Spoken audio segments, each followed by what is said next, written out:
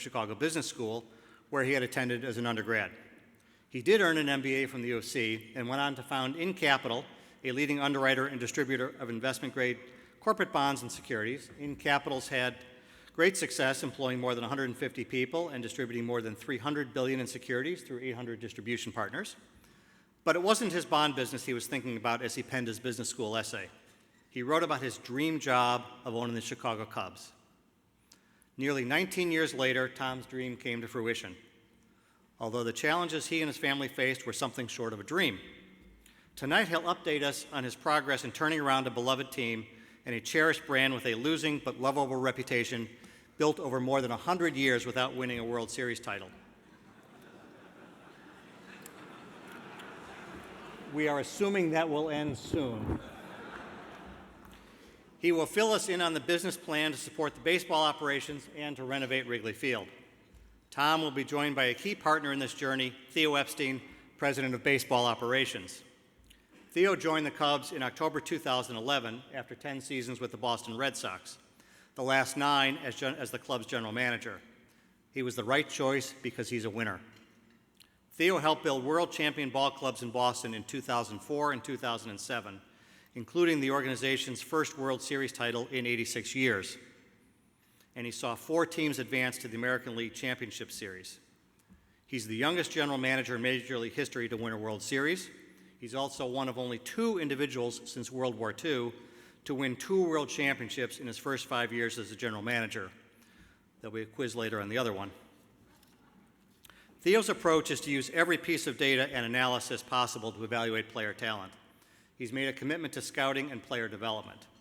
Focused and disciplined, Theo has put together a management team of General Manager Jed Hoyer and Senior Vice President of Scouting Jason McLeod to build a player development system to produce a championship team, right? Perfect. A graduate of Yale University and the University of San Diego Law School, Theo was named the 2008 Baseball America Executive of the Year. In 2009, he was recognized by Sports Illustrated as baseball's General Manager of the Decade.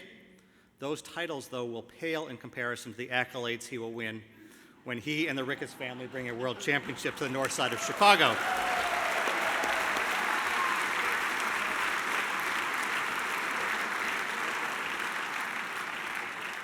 Please help me welcome Tom Ricketts and Theo Epstein.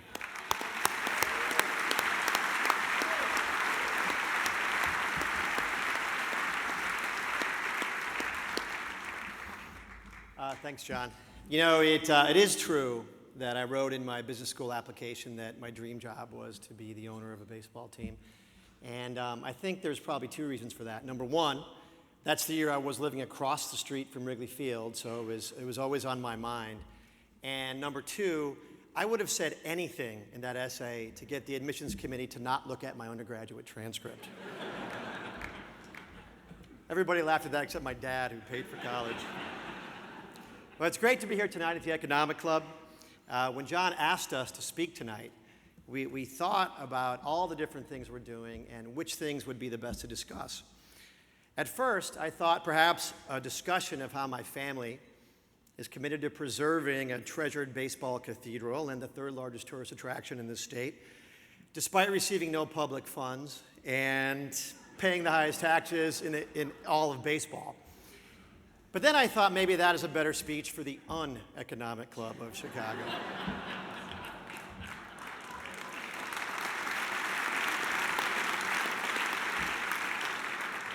Or I thought I could talk about all the new friends I have made during the process, from politicians to rooftop owners to litigious neighbors and so on and so on. But knowing how that discussion would have an effect on me, I thought a better platform for that would not be the Economic Club, but maybe a tumbler of Canadian Club, Pastor. For those of you that live a cleaner life than I do, that's a whiskey. So eliminating those options, I thought we would talk a little bit about where the Cubs were, where the Cubs are, and where the Cubs are going, and why Cubs fans should all see a bright future for our organization. First and foremost, it is the goal of the Chicago Cubs to be the best team in baseball and the best organization in all of professional sports.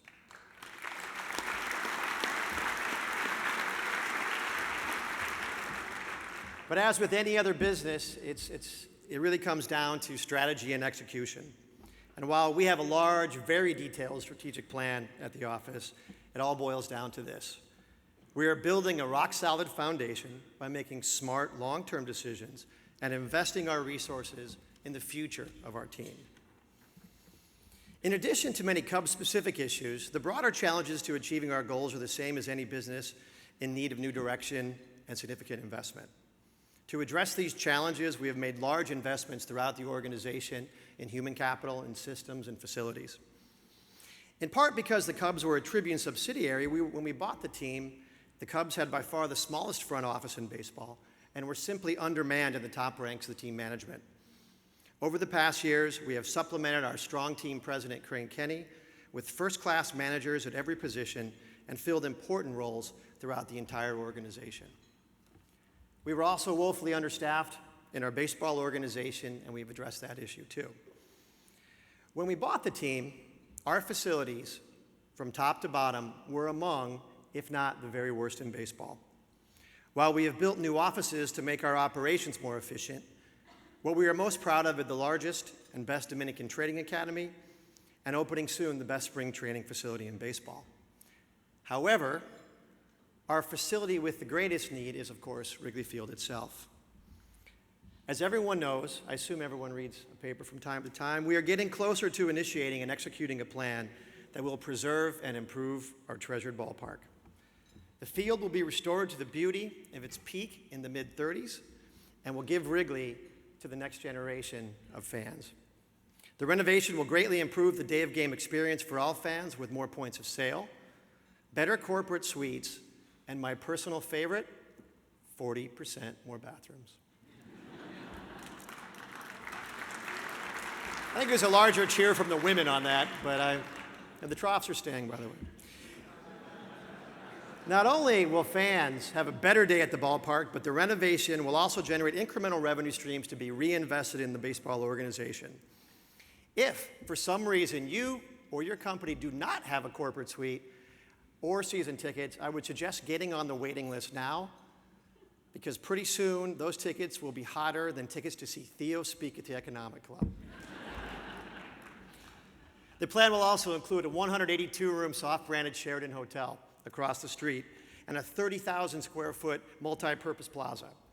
We see the plaza, which is roughly a little larger than Daley Plaza, as a town square for the north side of the city that will enhance the quality of life for our neighbors and, insert shameless plug here, provide an incredible platform for our corporate partners to engage with their best customers. How'd I do, marketing team? All that's great news, but in the end, we know one thing. The Ricketts family ownership will be defined by just one metric. Did we win the World Series? On the baseball side, going into our first season of 2010, it was a lot like buying a house the day after there was a giant party inside. Walked in, food on the floor, beer cans all over the place, a guy that nobody knows sleeping on the couch. And indeed, the teams from 2007 and 2008 were great parties, and we were all there. But by opening day 2010, we had the oldest lineup in baseball, one of the highest payrolls with some very long-term, very off-market contracts, and no real prospect of near-term improvements for the team.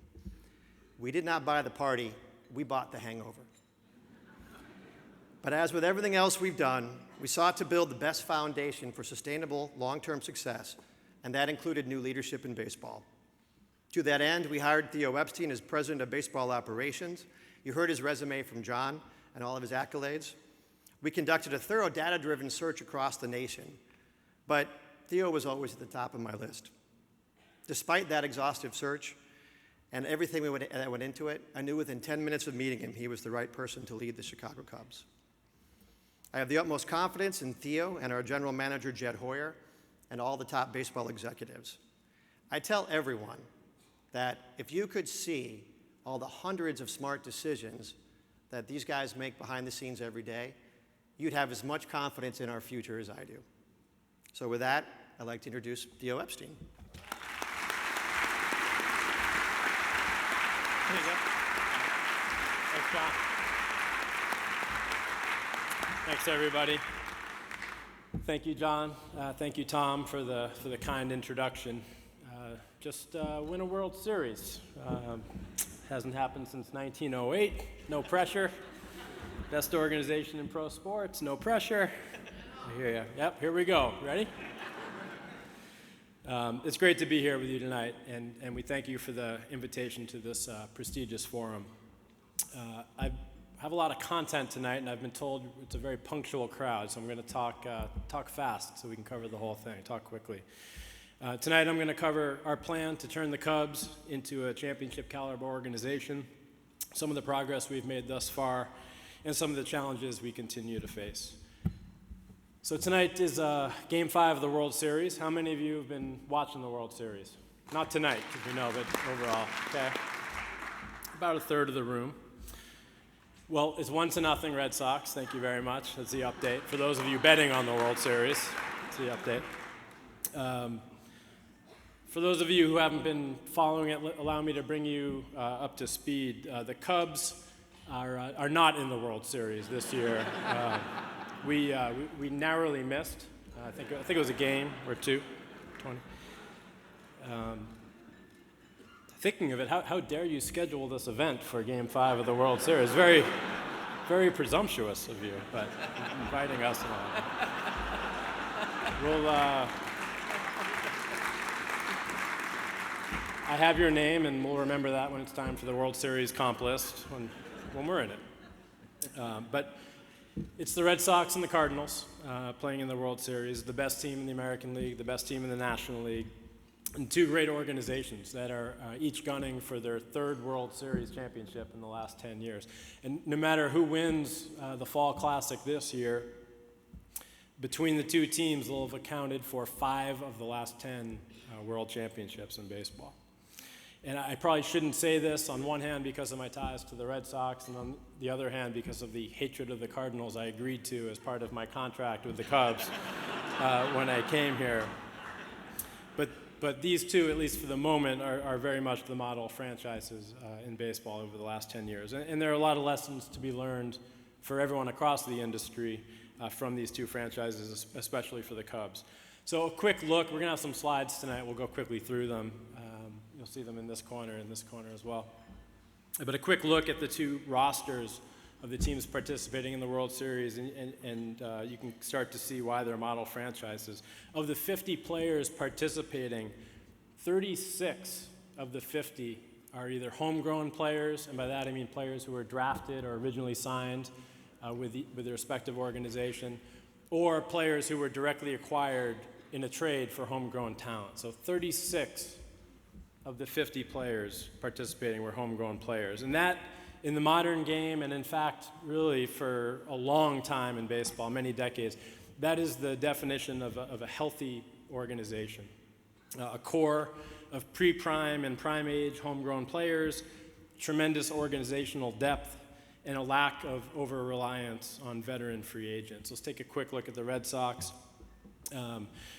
The Red Sox, they achieved their core pretty quickly in successive drafts. In 2002, the Red Sox drafted John Lester. In 2003, they drafted Jonathan Papelbon. In 2004, they drafted Dustin Pedroia. In 2005, they drafted Jacoby Ellsbury and Clay Buchholz. And that was the core. If you hit on a few drafts in a row in baseball, you have an excellent start to a foundation. That kicked off a 7-year run that started with a World Series championship in 2007 and may very well end, or at least be continued with a World Series championship here in 2013.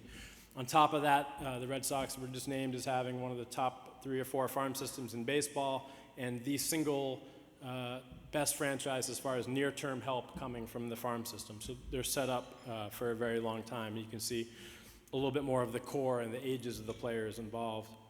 The Cardinals, again, homegrown players, or like Adam Wainwright, their ace who's pitching tonight, traded directly for a drafted player, a homegrown player. You want to click to the next slide. Again, you see their core, or much of it, and their ages. So why this emphasis on young players? Why are young players not only preferred, but really essential in the modern game and really throughout baseball history? Well, young players have a lot going for them. Young players tend to improve while older players decline. Young players tend to stay healthy while older players get hurt. Young players can thrive in a new landscape of PED enforcement, and thank God for that, while some older players have older habits. Young players can be groomed to support an organizational ethos and demonstrate loyalty. Older players can be a little bit hardened by the game and be mercenaries and can occasionally be more loyal to themselves. But the real reason for the emphasis on young players should really resonate with this particular audience, and it's simple economics, if you want to advance to the next slide. So this is probably the single most important slide we'll look at tonight about the economics of the game.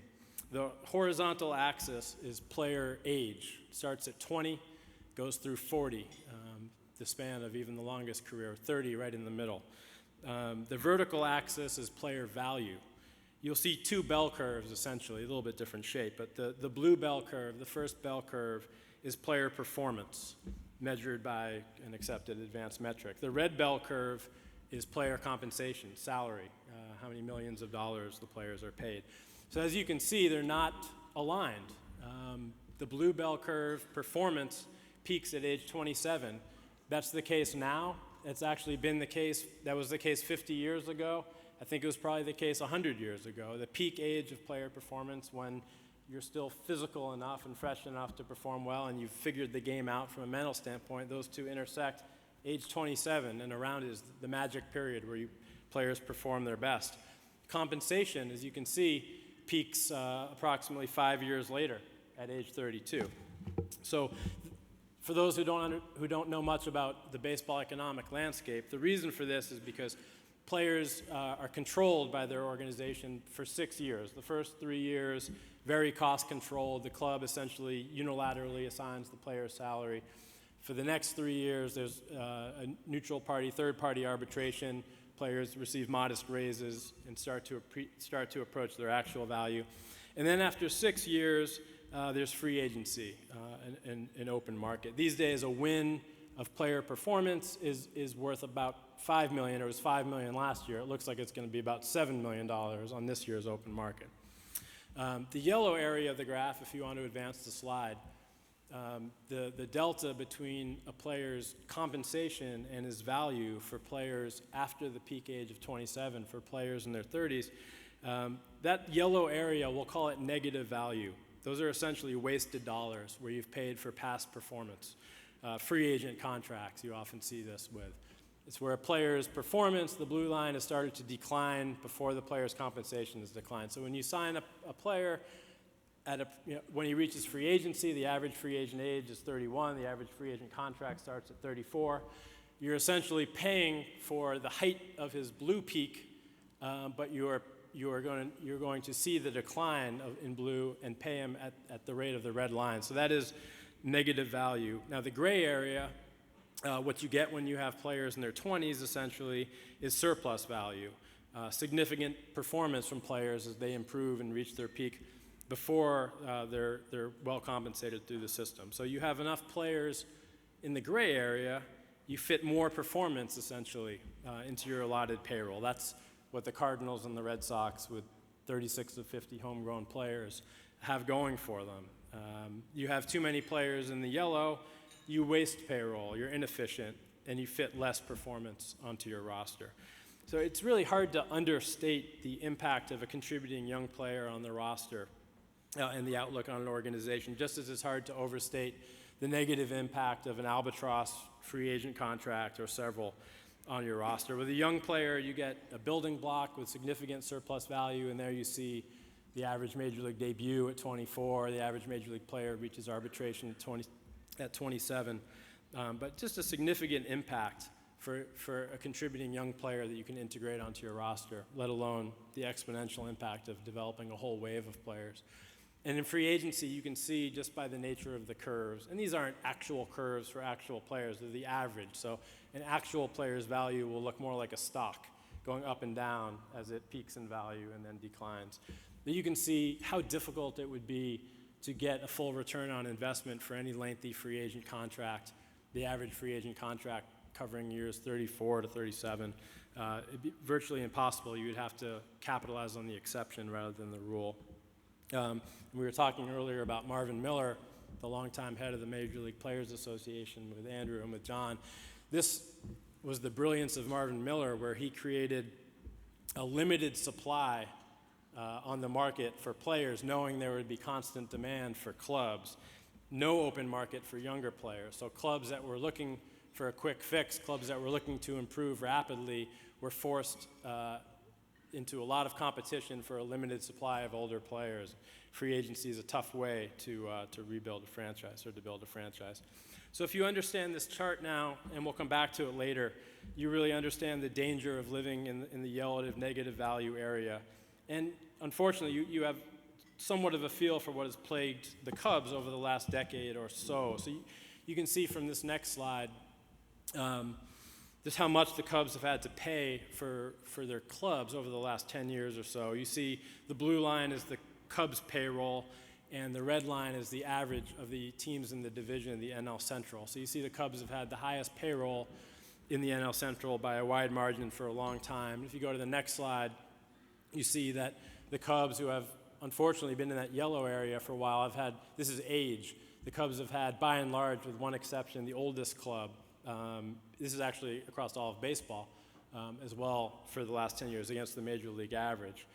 So when you combine those two things, when you have expensive free agent contracts for aging players, you end up paying more for each win than you should. This is the Cubs, again, in the thick blue line, plotted against every other team in the NL Central for how much they've paid per win for each of the last 10 years. You can see the Cubs have paid the most per win in the NL Central, culminating there in 2011, almost $2 million per win. So if we go to the next slide, you can see this really reached its nadir in 2011, where you see about 6 veterans accounting for $50 million in negative value. Actually, Tom, I think on this slide you might find one of the guys who was on your couch when you bought the house. So it's about $50 million in negative value. If you go to the next slide, you'll see that those same players plotted on the performance age curve, and only one player lonely there on the left, Starlin Castro, in the surplus area. Only one young player on the roster who had a chance to fit into a young Cubs core. So that was 2011. So you might ask yourself, how did this happen? How do you get there where it's so imbalanced? Well, again, I think it's very important to remember that there's no free agent market for young players, no open market really of any kind for young players. There are only 3 ways to acquire young players in this industry. You can do it through the draft, and that's the most important of all. You can do it through signing international free agents who are essentially 16-year-old players from the Dominican and Venezuela and a few other countries. Or you can do it by trading veterans for young players, trading veterans for prospects.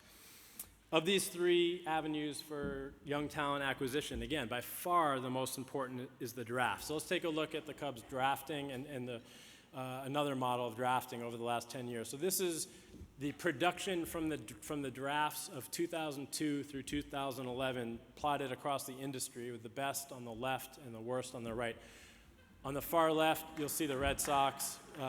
It's 160 wins above replacement. It's an advanced metric, but you see they essentially did very well in the draft, and that was the primary factor in a decade, very successful decade that will yield at least 2, perhaps 3 world championships. On the far right, 30th of 30 clubs, you see the Cubs, who yielded less than a third of the wins above replacement of the impact that the Red Sox had. So you see the draft is really a primary driver, which it's a vicious cycle. Then if you fail in the draft, and you can go on to the next slide, and you'll see some more people on Tom's couch, some of the free agent, the first round picks of the Cubs. It's a vicious cycle because the draft is really hard, and it's really fickle, and it can be arbitrary in parts. But if you miss on first round picks and you miss in the draft, it then leads you to a place where you have no choice but to pursue free agents. And then when you pursue free agents, no matter how good your scouting eye is, you're still dealing with that irreversible decline on the bell curve. And it's just a tough area to be in. So it's a vicious cycle. You need to perform in the draft, or you're almost doomed to die by the free agent sword. So, again, these empty drafts, especially the missed first rounders, led the Cubs into the free agent market, older, negative value players. And then there was also compounding the problem. If you go to the next slide, there was little help on the way. This was the rank after the 2011 season of the Cubs farm system. So you see 20th through 23rd. It was a bottom third, below average farm system that lacked elite talent. You see only one prospect in the industry's top 50. So that's a handful. But beyond the existing roster, the contracts, the farm system, there were a few other baseball-related issues. There was the limitations of the new collective bargaining agreement, which restricted spending on the draft and on international players. So had we chosen, as we would have, to take money from free agency and reallocate it to the draft to get greater impact on the right side of the bell curve, we were prohibited from doing so.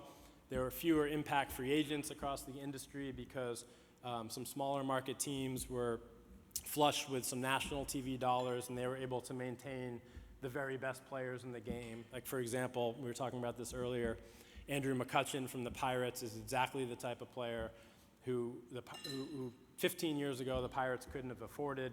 We would have strategized on how to acquire him through a trade, signed him to a big contract. Andrew McCutchen, emblematic of a whole class of impact MVP-worthy players, signed a long-term deal with the Pirates. Great for the industry, bad for the Cubs. And then division strength, we woke up and the NL Central, which had been traditionally probably one of the sleepiest divisions in baseball, all of a sudden had the Cardinals, who had become this model franchise, the Pirates, who had about a 10 or 20-year head start on their building process, all of a sudden performing at a very high level, and the Reds with a core of players all hitting their prime at the same time. Not to mention the fact that we lost the Astros to the American League, and that would have helped. Beyond baseball, and we're going to get to the good part in a second, I promise you. I don't mean to, I see people drinking rapidly as we go through this, but beyond baseball, we face some challenges on the business side as well. Wrigley Field, a wonderful, wonderful place, but the worst player facilities in baseball, trust me. And it also represented some real limitations on our park-related revenue. Tom referred to the highest local taxes of any major league team. Actually, when you factor in revenue sharing, net, we're clearly the highest tax major league team, period. Some older below-market media contracts, the most significant of which doesn't expire until 2019. And then some well-documented issues with the rooftops and local government, and that's a whole nother speech, so I won't even get into that. So taking all this into consideration, this was essentially the state of the club, or the house when Tom bought it. We factored it all in, and it became clear that it wasn't just our baseball plan that was a couple years away from hitting on all cylinders, but it was also our business plan and also our plan for brand new state-of-the-art facilities. That was a few years away from reaching fruition. So while this clearly represented a challenge, it was also an opportunity to align our timing, to create organizational synergy. And so that's what we did. We decided to embrace our obstacles head on, and we each plotted strategies that would see our baseball plan, our business plan, and our facilities plan come together simultaneously to maximize the impact. So I'll cover the baseball plan pretty quickly. For us, first we had to establish a vision. What did we want to stand for as a baseball operation? You'll see a lot of similarities to, hopefully some things you see from the Red Sox and the Cardinals and the best franchises in baseball. High standards. We want to become an annual playoff contender, hopefully get in just about every year, or 8 out of 10 years, and win. That's how you win a World Series, and our goal is to win multiple World Series. We wanted to create a farm system that produces regulars each and every year and impact players every few years. We wanted to identify a core of young homegrown players. We want to establish a winning culture with an emphasis on makeup and on character. We want to combine the resourcefulness and the long-term planning of a small market team with the aggressiveness and the ability to strike for impact of a big market team. So it's quite a lofty vision, and we needed a plan on how we were going to accomplish that division. Well, step one, and you could probably tell this from the slides we've covered already, but step one was fix the draft, right? Fix the scouting department. So we wanted to establish a new scouting department with new protocols. Then we needed to fix our player development system, establish a Cubs way of playing the game. And then after those two things were set, just go into full-on talent acquisition mode through the draft, through international signings, through trades of short-term assets for long-term assets, and then ultimately develop the players at the major league level. So scouting first, and I'll fly through these. We were broken. We needed to bring in the right people, the right processes. We needed to build a scouting department around the notion, which I believe is correct, that the currency of the draft is information, scouting information, medical information, statistical information, makeup, which is personality or character information. And so we brought in people who would dig deep in all these areas, people with experience, and we developed systems, including some new technologies that would allow us to plow very deeply and get information that was not only industry standard, but hopefully in some areas better than our other 29 competitors. And I hope that the last two drafts, our first two here with the Cubs, are evidence that we're well on our way to building one of the best scouting departments in the game. Next is player development. If you acquire the players, you need to be able to teach them how to play baseball at the highest level. Again, people and processes. We had to bring in impact teachers. We had to modernize our systems, including some cutting-edge technologies. We have this neurological training software that helps our hitters improve their plate discipline, as an example. And we had to embrace our greatest assets, our players, and we had to find a way to develop all of them, improve their weaknesses, capitalize on their strengths from a physical standpoint, from a mental standpoint, and from a fundamental standpoint. And that's what we've done. So each player in our system, all 150 or so players, has an individualized player plan for improvement where they have their strengths and weaknesses listed out.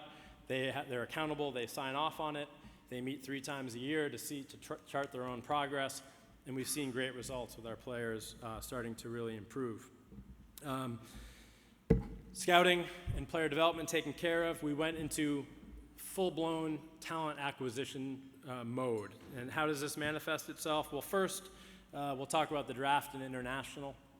We've already covered how the collective bargaining agreement tried to limit teams' flexibility with respect to their spending. There were a couple loopholes left. The new CBA didn't kick in until 2012. Tom, in all his wisdom, in 2011, saw this coming and decided to really put a lot of money into the draft. And then we sure continued that process in 2012 and 2013. Every possible inch we could gain under the collective bargaining agreement, we did. There were 2 loopholes left, and you see here, this is industry spending by organization in the draft for the last 2 years, 2012 and 2013. The Cubs, hopefully this will be a trend, but we're now on the right side of the graph. We've spent more in the draft and international than any other club. And it's really a smart investment because there's really only $15 million or so separating the Cubs from the industry average. But that's enough in this little restricted ecosystem of the draft and international to gain a really significant advantage combined with good scouting and good people. On the other hand, if you wanted to gain that same advantage in major league free agency, you'd be talking a different order of magnitude, hundreds and hundreds and hundreds of millions of dollars. So for $15 million, we captured a competitive advantage in a key driver for our future. There were a couple small loopholes remaining from the collective bargaining agreement on the international front. 2012 was the last year you could sign young Cuban players in an open market. We invested $30 million in Jorge Soler, who's gone on to become one of the top prospects in the game.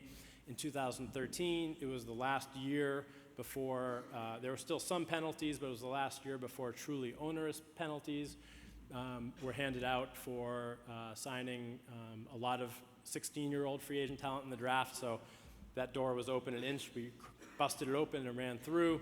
We signed by far the best young free agent class. We signed the industry's first and second ranked player, Eloy Jimenez and Glybor Torres. They're 16 years old, but they're really talented. So that's international. Next, again, and most importantly, is the draft. So just a quick reminder again. Here's the Cubs through 2011 on the right, and the Red Sox. It can happen quickly. You recall when I first started talking about the Red Sox core, it was Lester in 02, Papelbon in 03, Pedroia in 04, Buchholz and Ellsbury in 05. If you do it right, it's a little bit of luck and planning and great scouting and embracing technology and embracing stats and working your tail off. But if you do it right and you just hit on your first round pick, let alone all the other rounds, you can really turn a franchise around in a period of 2 or 3 or 4 drafts. So we hope that we've done the same. If you look in 2011, our first round pick was Javier Baez, who's now, and these rankings were about halfway through the season. We're lucky that each of these players have improved their stock with good second halves and good fall leagues. But Javier Baez, our first round pick in 2011, clearly a top 10 prospect in all of baseball. Albert Almora, our first round pick in 2012, clearly a top 20 prospect in all of baseball, was just ranked in the top 10 based on his performance in the Arizona Fall League. Pierce Johnson, one of our brightest pitching prospects.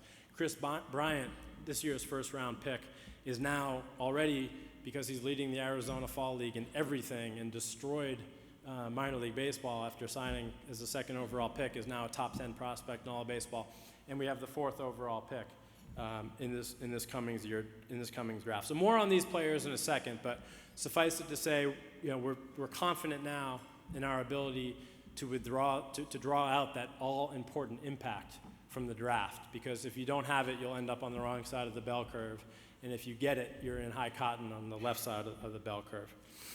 The final component of being in this full-on young talent acquisition mode is trades. And this is the mode that's not as popular, right? Everyone likes signing international players. Everyone likes draft picks and signing your first-round pick. But it can be hard to live through trades where you take household names, well-known players, established veterans who are helping the major league team win, and you trade them because they're short-term assets. They're about to become free agents, and you trade them for young players on the left side of the bell curve who can provide longer, more sustained value. So we've done it. We've been transparent about it, and we've taken good advantage of it. It started with the trade of Sean Marshall, 1 year of a very good left-handed reliever for what became 5 seasons of a left-handed starting pitcher in Travis Wood, who's now 25 years old and has blossomed into an important rotation piece for us. Then Ryan Dempster at the 2012 deadline. We traded 2 months of Ryan Dempster, who I'm fond of personally. But he had 2 months left in his career, and we turned him into 6 seasons of Christian Villanueva and Kyle Hendricks, both of whom took off upon joining the Cubs. Then Paul Maholm for Aradis Vizcaíno, who got hurt right after joining the Cubs, so you haven't seen his name yet, but he's healthy now and our closer in waiting. Then Scott Hairston and Alfonso Soriano went for pitching prospects, Ivan Pinero and Corey Black, respectively, 2 quality pitching prospects. Next was Scott Feldman, who we had signed off the free agent scrap heap to a 1-year deal, and traded 3 months of Feldman for 4.5 years of Jake Arrieta, a talented young starter, 4.5 years of Pedro Strop, a talented young setup guy, perhaps closer.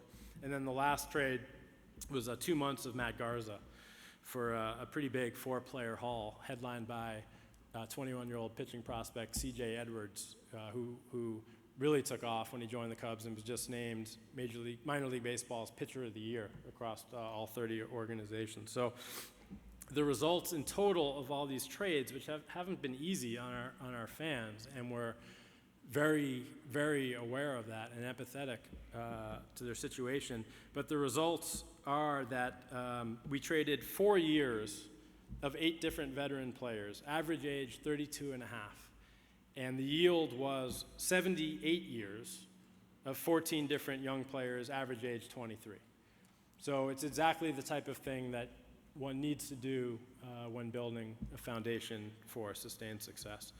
So we've been in this transparent mode of full-on young talent acquisition, and we understand it. It has been at times at the expense of the fortunes of our major league club. It has been at times very, very difficult for our fans, which is tough for us to see as well. It's been at times in a way that's made August and September, the 2 months after the trading deadline. We've traded away 40% of our starting rotation each of the last 2 seasons.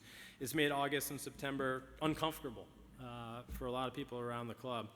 So the bottom line is, if you're going to employ such a strategy, it better serve a higher purpose, and it better work. So let's take a look at the results. So now we're 2 years into this process of going into full-on talent acquisition mode through scouting, through player development, through trades. So 2 years after having a bottom third farm system, we were just recently ranked the second best farm system in the game. We were evaluated as having 4 of the top 30 prospects in all of baseball. Again, that's a mid-season review. I think after the fall league, it was just reported that, at least by one industry-accepted standard, we're going to have close to three of close to the top, perhaps the top 10 prospects in all the game. 3 of the top 10 prospects, maybe Chicago Cubs. So I'm talking a lot and I'm talking quickly. Let's break this up and watch a little bit of video of some of these players who hopefully you'll become very familiar with in coming years. We're going to run through our big 4 prospects, Javier Baez, Chris Bryant, Albert Almora, and Jorge Soler, who we've covered in C.J. Edwards. So you'll see the video at that screen and at that screen. This is Javier Baez, 20 years old, draws comparisons for his bat speed to Gary Sheffield. As you can see from the video, it's well warranted. He doesn't get cheated at the plate, to say the least. Javier hit 37 home runs this year while playing shortstop, 75 extra base hits, and played a very good shortstop to boot. So he's going to start next year at AAA. This guy has a chance to be an impact bat in the middle of the field for years and years to come. And as you can see, he's pretty entertaining because he does not get cheated. Watch a few more swings and then move on to the next. All these balls went out, by the way.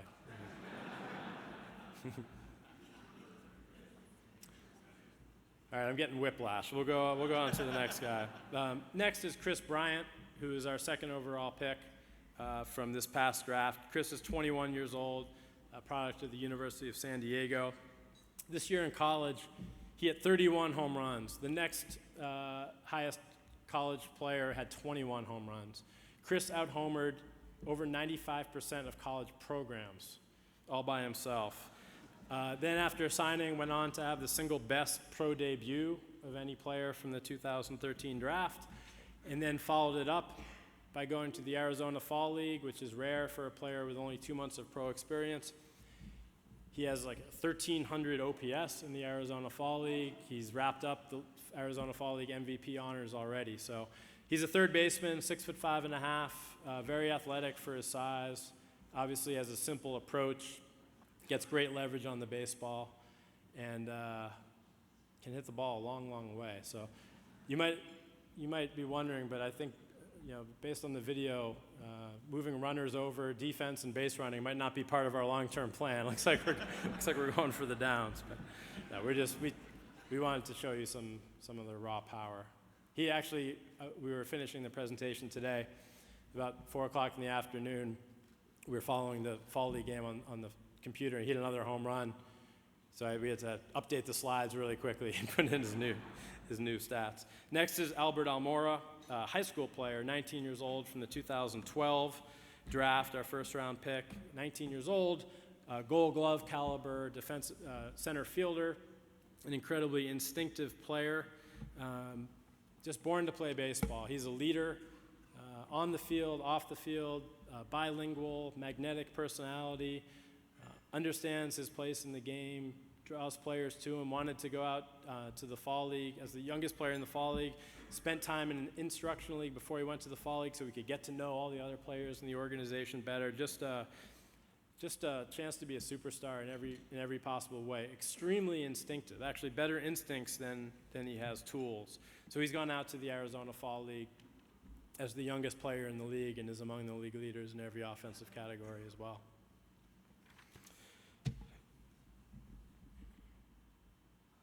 So that's Almora. Next is Jorge Soler, who we talked about, the 21-year-old Cuban, who's a mountain of a man. Chance again for more huge right-handed power. I think, Tom, we're going to need to raise the budget for baseballs in the Wrigley Field. We might lose some balls with this team. Exactly. But shows a feel for hitting, controls the strike zone pretty well. Has a lot to learn just adjusting to the culture of American baseball after playing his whole life in Cuba. A very tough adjustment as a young kid. But has done a nice job so far after some initial hiccups. But another potential middle-of-the-order bat, another guy just named to the Arizona Fall League All-Star team. Next is C.J. Edwards, the pitcher, 22 years old, came over in the Garza deal. You'll note how skinny C.J. Edwards is. When you first take a look at him, you think this guy couldn't possibly throw the ball 95 miles an hour.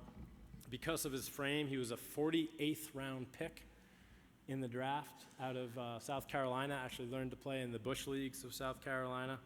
And a funny thing happened. Yeah, nice breaking ball. A funny thing happened when he started playing pro ball is no one could hit him. So now he throws 92 to 96 miles an hour with tremendous cutting action. You see that late cut on the fastball. He's got a swing and miss fastball.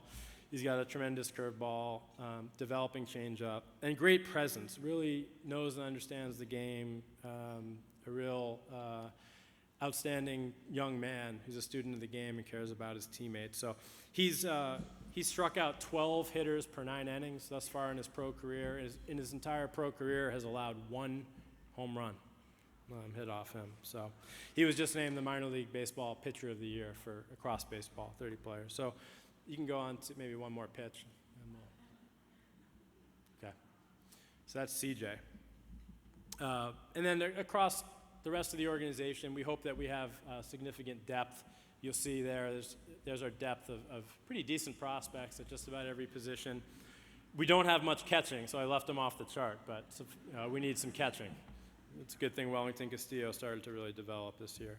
And on top of that, again, we have the 4th round pick to continue to improve our system. So here we are now, the second best system in all of baseball. We have some developing young players on long-term deals. Very soon, like now, or in the next year or two, we will be transitioning from this pure talent acquisition mode to a period where we're actually breaking in our best young prospects in the big leagues. And because of this, it's very important, essential really, that we establish an environment at the major league level where young players can learn, develop, and thrive. And to be candid with you, that was really the impetus for our managerial change. We felt like we were lacking in that area. So it'll be incumbent on the new manager to establish that type of environment, which is difficult to achieve in the big leagues, where young players can come up, can feel supported, can be themselves, can break in, can struggle, can fight back, can establish themselves and become major leaguers, and then good major leaguers, and then winning players, and then parts of a championship club at Wrigley Field. And we're cognizant, this is a panacea we're presenting. We're cognizant of the fact that, as Andrew and John can both attest, not every prospect pans out. You need 2 or 3 pitching prospects, for example, for every one who's going to succeed. Not every organization flush with young talent as we are develops into a winning big league team. So we need volume and we need a plan. So let's take a quick look, and we'll wrap up soon. I know I'm a little bit over time. But our current core at the big leagues, you see some names you're familiar with and their ages and how long they're controlled by the club.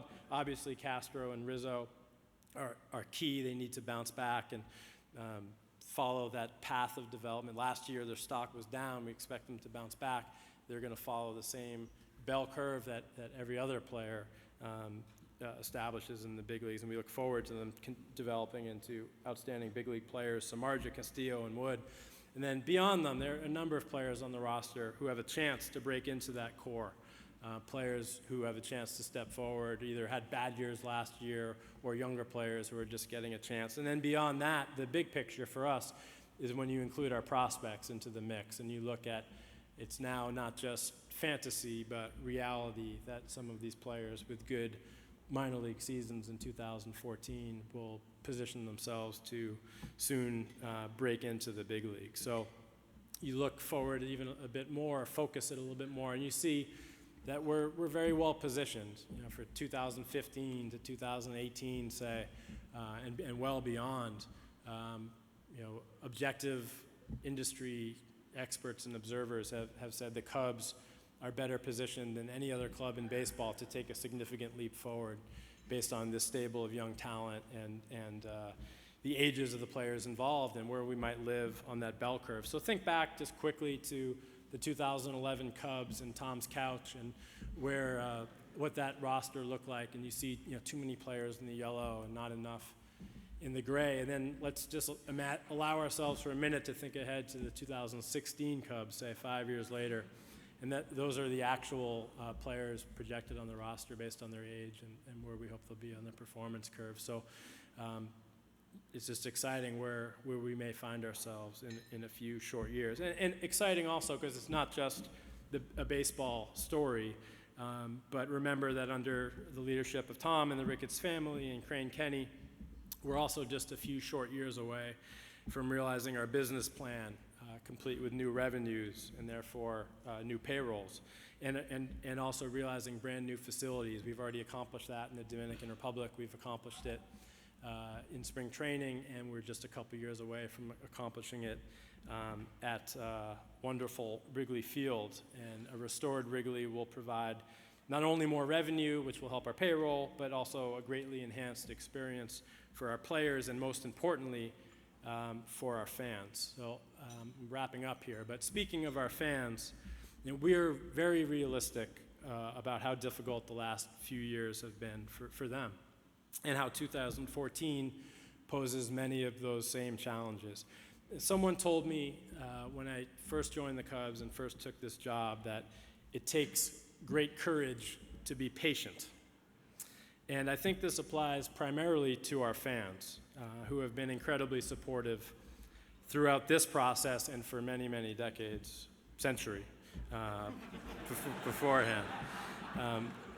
So during any building process, there are moments of great hope and there are moments of great frustration. For our fans who are here in Chicago primarily, they see the big league team play 162 times a year. They see more moments of frustration than they get to see moments of hope. And so I wish that some of our fans would get a chance to travel with me as I go out through our minor league system and get to see a few more moments of hope. I'll close with an anecdote from a recent trip just a couple weeks ago down to Arizona, where our fall instructional league was playing, our youngest prospects, 17, 18, 19 years old. They were playing in the morning.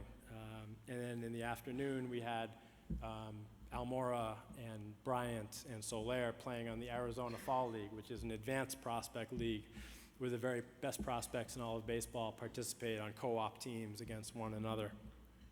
So in the morning, I was watching the instructional league team play, and there's a couple of the 16-year-olds that had just been signed out of the aggressive international spending. And there's Eloy Jimenez, one of the bonus babies from that class, 16 years old, digging in, about to take his first at-bat as a Cub. I'm kind of nervous because we gave him $3 million, don't tell Tom. So he digs in, and he's facing a 22-year-old kid right out of the draft, college pitcher, high draft pick, throwing 95 miles an hour. Takes the first pitch for a ball. Second pitch, 95 miles an hour on the outside black. He rifles it 390 feet off the fence in right field and pulls in with a triple. And I looked around the field and I realized there's great talent all over this field. There's great teaching going on with our instructors here in Instructional League. The players are taking their player plan seriously. They're trying to develop themselves physically, mentally, and fundamentally to their optimal state. There's great spirit. The players are buying into the Cubs' way. They believe in each other. The players are oftentimes the best scouts. They look at how talented their teammates are, and they think we're a great secret. That don't tell anyone. In a couple of years, we're going to be really good because I see how good these guys are. So after that instructional league workout and game, they decided on their own to climb one of the mountains just a few miles beyond our stadium in Arizona. That's the picture that they took at the top of the mountain, and the refrain they kept saying on the way up and then the way down the mountain were, "The Cubs are coming, the Cubs are coming, the Cubs are coming." In the afternoon, then I went over to see the Arizona Fall League game. Albert Almora was playing his first Fall League game, youngest player in the league. First pitch he saw was leading off the game, hit a long home run to left field. 2 batters later, Chris Bryant, playing in his second Arizona Fall League game, hit a long 3-run home run to right center field. This is the hug. We took a picture. This is the hug when Bryant came in.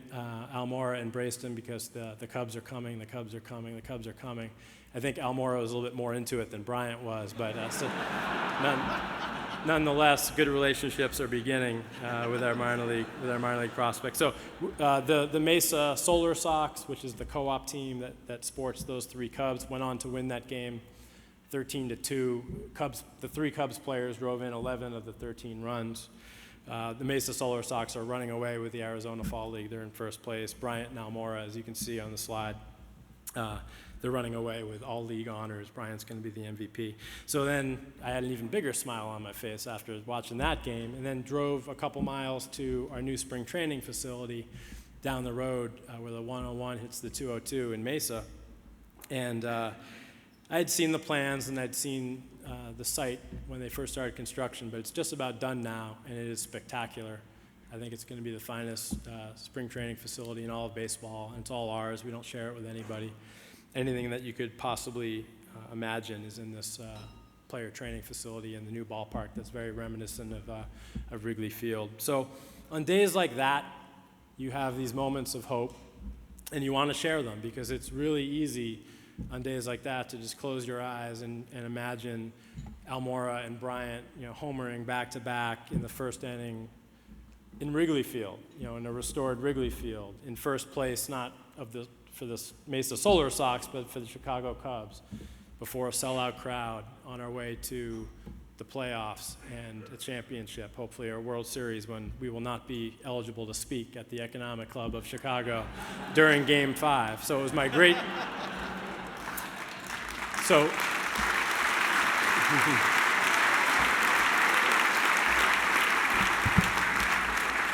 So I hope that I shared a brief moment of hope with you all tonight, and I do think it's going to be wonderful when we get there, and I hope that you'll all be there with us when it happens. Thank you very much.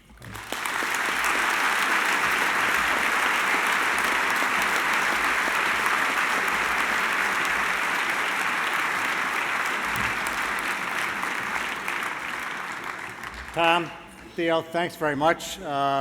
Wonderful remarks. As is our custom, we prepared a few questions for you. We've got time for a few. I think we've got seats up front for you. Yeah.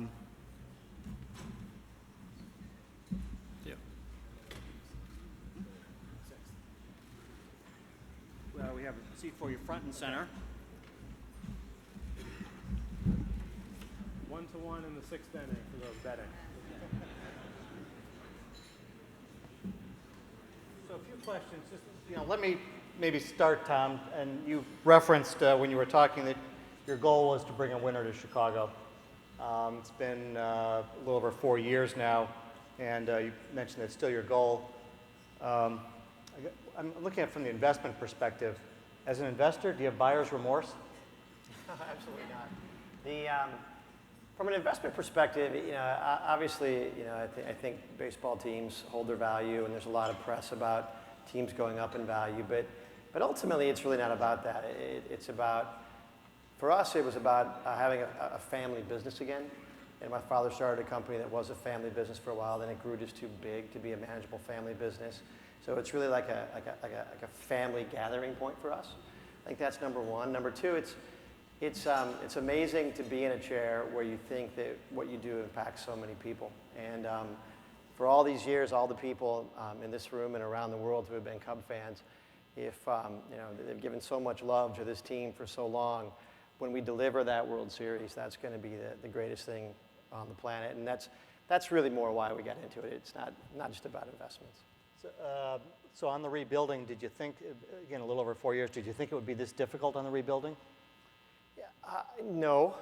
I I really didn't. When we came in, we didn't really have a lot of time to really get to know the system before we bought the team, and because the deal was so complicated and there was so much work that went into actually closing, that it was difficult to really know what we had, and it took a while to really get to understand what we had to fix. I mean, those first 18 months or so before we changed the baseball leadership, I spent a lot of time getting to know what we did right, what we did wrong, who I thought would be a person that could lead us or be part of a future of baseball and who couldn't be part of our future in baseball. So it took a while, but we did know from opening day in the first year that, back to Theo's curves, I mean, we had a very highly paid old team, and we knew that's not the formula for long-term success. Theo, I mean, it's been just about 2 years for you, and you had a chance to look at the organization before you came in. Are there surprises that you encountered since you came? Yeah, you can never get a fully accurate look of any organization. I assume it's the same with businesses from the outside and just from data. I think it takes, in the case of baseball, it takes a full calendar year at a minimum just to get to know the personnel, to get to know the processes, to understand the nuances of the market. I thought I was fairly well prepared, having some experience in Boston where they hadn't won in 86 years. What better preparation than coming to Chicago where they hadn't won in over 100 years. But every market is different, and I think I understand the Cubs a lot more now than I did 2 years ago, and a lot of that is from conversations with great employees who we retained and promoted and put into leadership positions. But hopefully I'll understand them even better in a few years. But the key was really the scouting and player development operation. You need to watch for a year and make sure that you don't accidentally get rid of some good scouts, some good development people, and then you have to be aggressive with your turnover and build processes that work with good people. So you referenced the Red Sox and the championships there. To what extent do you take kind of credit for that success there? I think they won, 98 games the year before you arrived? 93 the year before.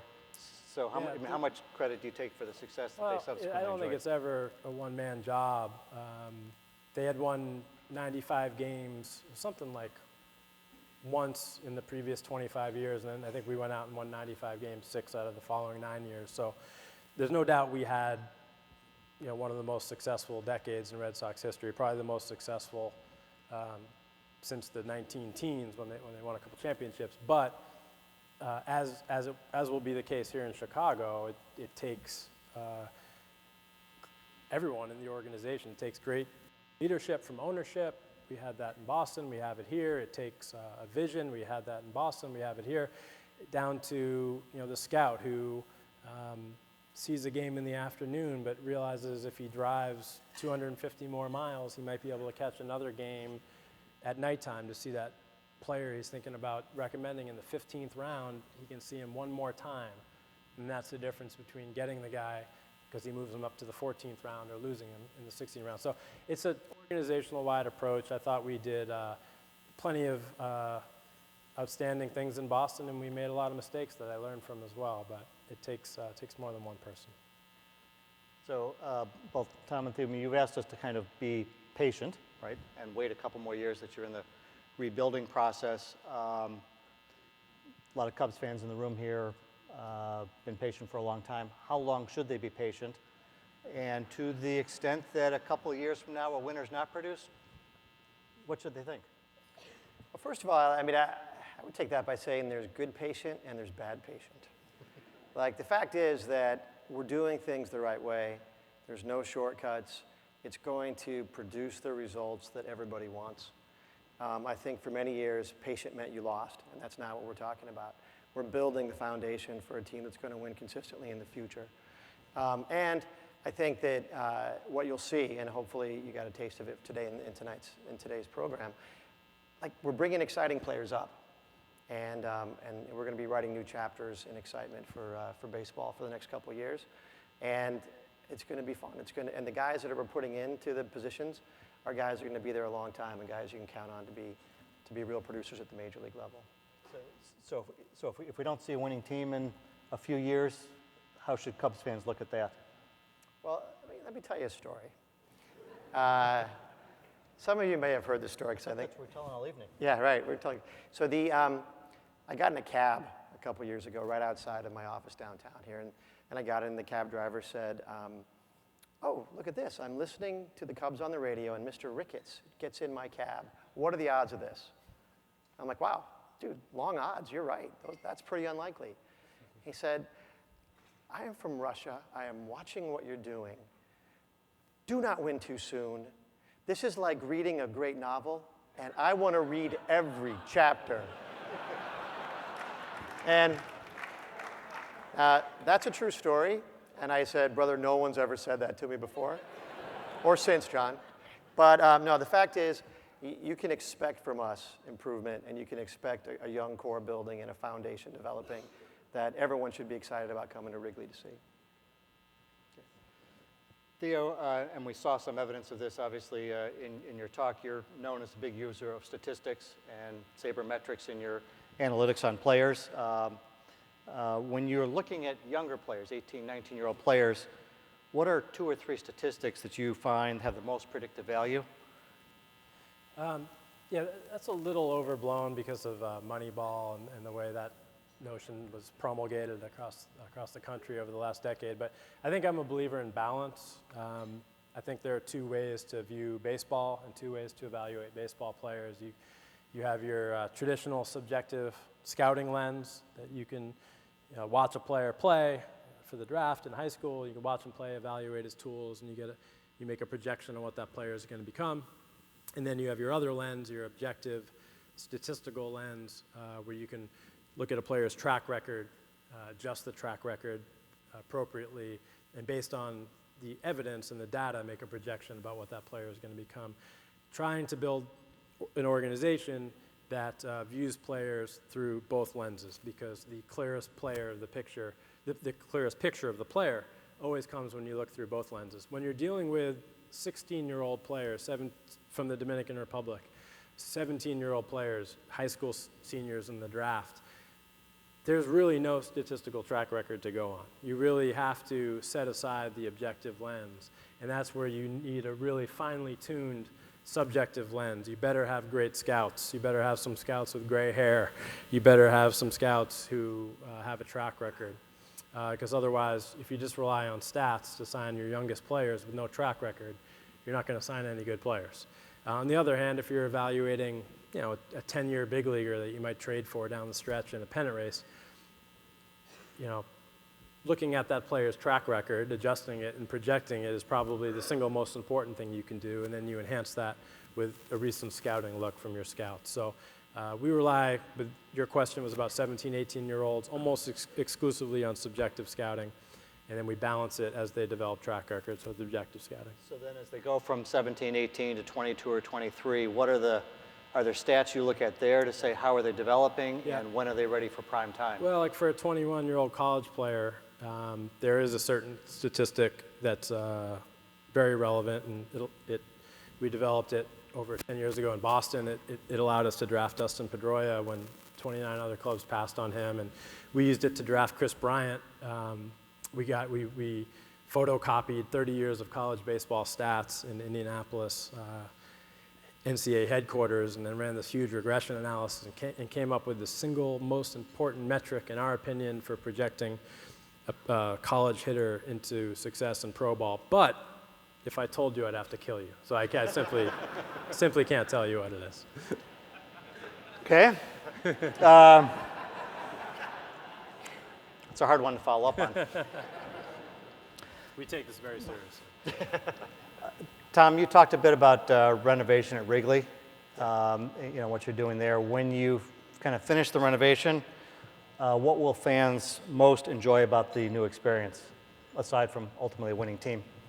Well, I think there's a lot of things we can improve. No matter who you are in the park, you're going to get a better experience. We're really going to significantly enhance the entire upper deck experience with a lot more food options and a lot more services. The corporate suites, we're going to redo them. They'll be about 40% larger. So if you're entertaining a group of people, that'll be a better option. We're going to have more for families in the plaza next door. We're going to program that so there's more to do when you bring your kids. So pretty much we're looking at each kind of layer of people that come to the park and try to give them something. And that includes the players who the poor guys have to live in pretty tough third world kind of conditions down there. So I think everyone will have a better experience. And the beauty of it is you'll be able to sit in the chair that you always sat in and look out at the field and know it's Wrigley. You'll just, when you get up and you go to the concourse, it'll be clean and open and lines will be shorter. So everyone will really enjoy it. We're running quickly on time. Let me ask you just a couple things in finishing up. If the Cubs do win a World Series, what will you do the day afterwards? Recover? Yeah, I think I'll be the one on Tom's couch, I think, at that point.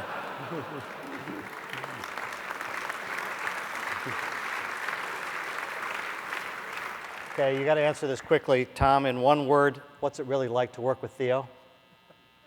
Verbose. No, it's awesome. I think we're doing the right things and going the right direction. It really is terrific. It's more than one word. Theo, one word, what's it like to work with Tom? Family. I think it's not a coincidence that family ownership, which is rare in baseball these days, has created a real family environment in the front office. We're all in this together, and the journey, as difficult as it is at times, is very enjoyable because we all care about each other. Tom, Theo, thanks very much. Appreciate you being here. Thank you again for the baseballs and the gift set. The meeting is adjourned. Thank you.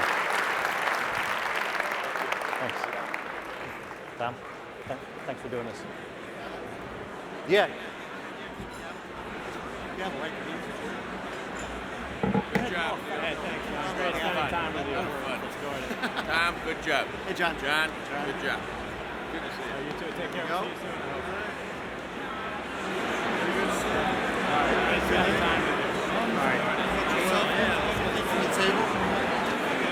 Yeah.